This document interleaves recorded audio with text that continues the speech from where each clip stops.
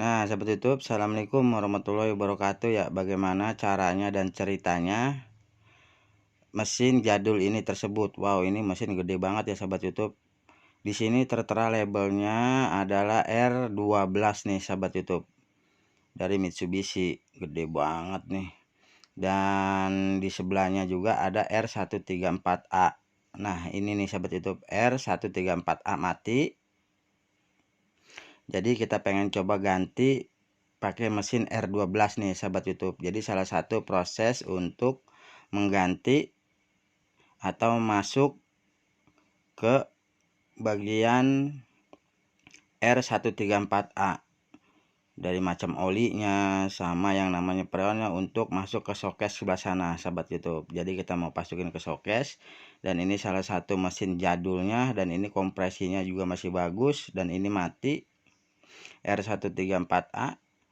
Jadi pengen pakai tabung yang R12 sahabat YouTube, ikutin terus jangan sampai ketinggalan. Yuk, come on.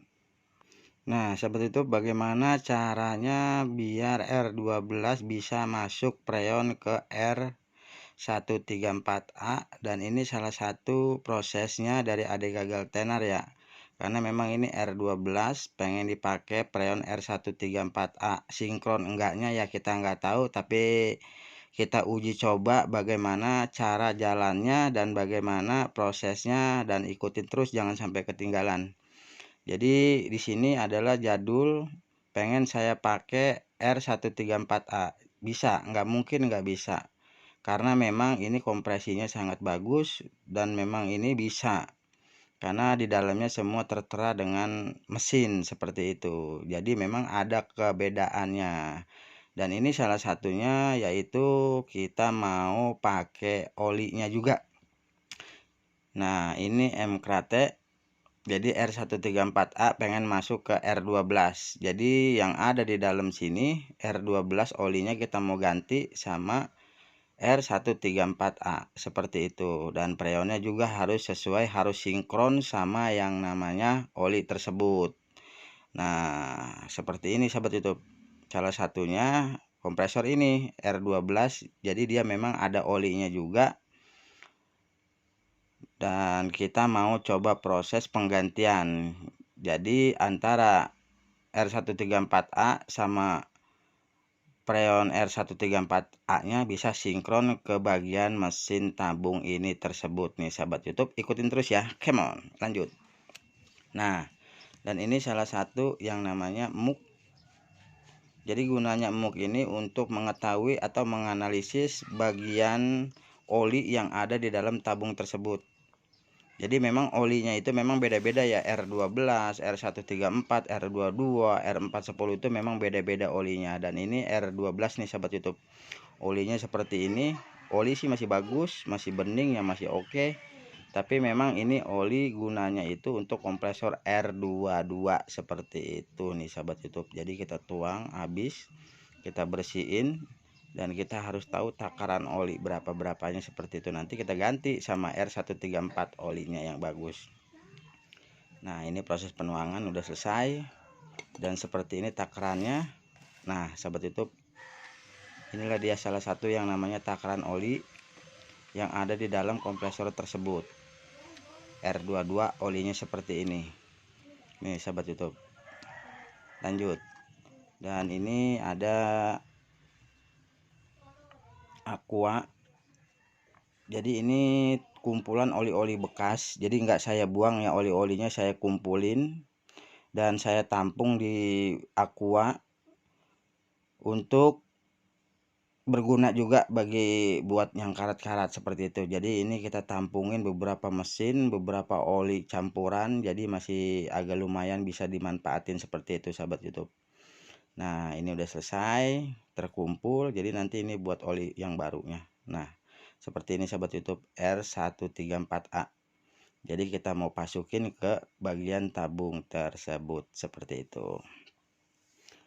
Dan kita bersihin sampai bersih, dan kita persiapkan yang namanya alat-alat untuk masukin olinya sahabat YouTube. Inilah salah satu yang namanya cara masukkan oli ke dalam tabung tersebut. Yuk lanjut. Nah, inilah salah satu alat-alatnya sahabat YouTube. Ada emuk buat masukin oli R134 ke tabung tersebut. Oke, mau.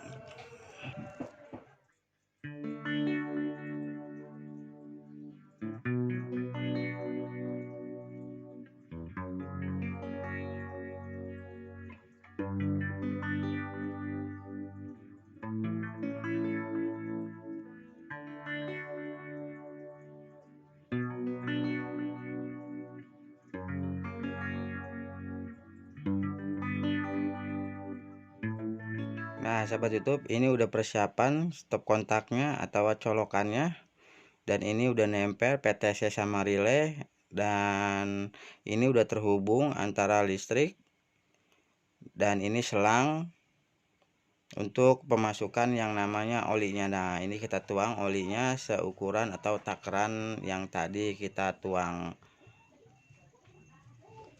Nah, ini sahabat YouTube, jadi kita untuk takarannya sesuai sama yang tadi bekasan kita tuang ya, dari R12 seperti itu. Dan ini masih agak sedikit kurang, kita tambahin lagi biar dia bisa sinkron dan tidak mudah panas mesinnya seperti itu. Ini R134A, freonnya juga R134A seperti itu.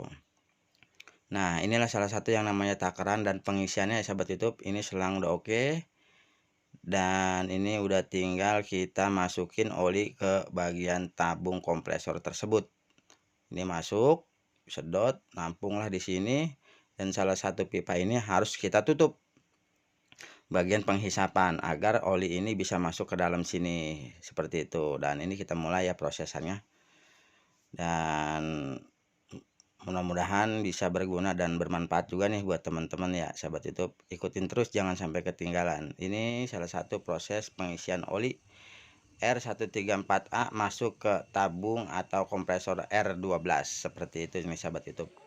Ini salah satu ya, kalau nggak disedot, kalau nggak ditutup, dia nggak bakalan masuk olinya. Nah, seperti itu. Tapi kalau kita tutup salah satu bagian, jangan pembuangannya ya, bagian hisap yang kita tutup, jadi dia nyedot dengan sendirinya, bisa masuk ke dalam olinya seperti itu sahabat YouTube. Nah, ini seperti ini nih. Oke, kita persiapkan dulu, dan ini kita tutup, nggak masuk ya sahabat YouTube yang sebelah sini. Nah, yang sebelah sini kalau kita tutup, ini oli bisa tersedot ya. Nah, lihat sahabat YouTube ya, tersedot kan. Wow, sangat habis, sangat cepat sekali ya. Habis nih sahabat YouTube. Nah, seperti itu ya, gampang sekali ya, sangat mudah sekali untuk mengganti isi oli R12 ke R134A. Dan ini udah kompresinya udah mantap dan udah bagus nih kayaknya, dan pengisian udah selesai. Tinggal kita tes tekanan atau kita daya hisapnya nih sahabat YouTube. Nah, tuh bos. Nah, seperti itu sahabat YouTube.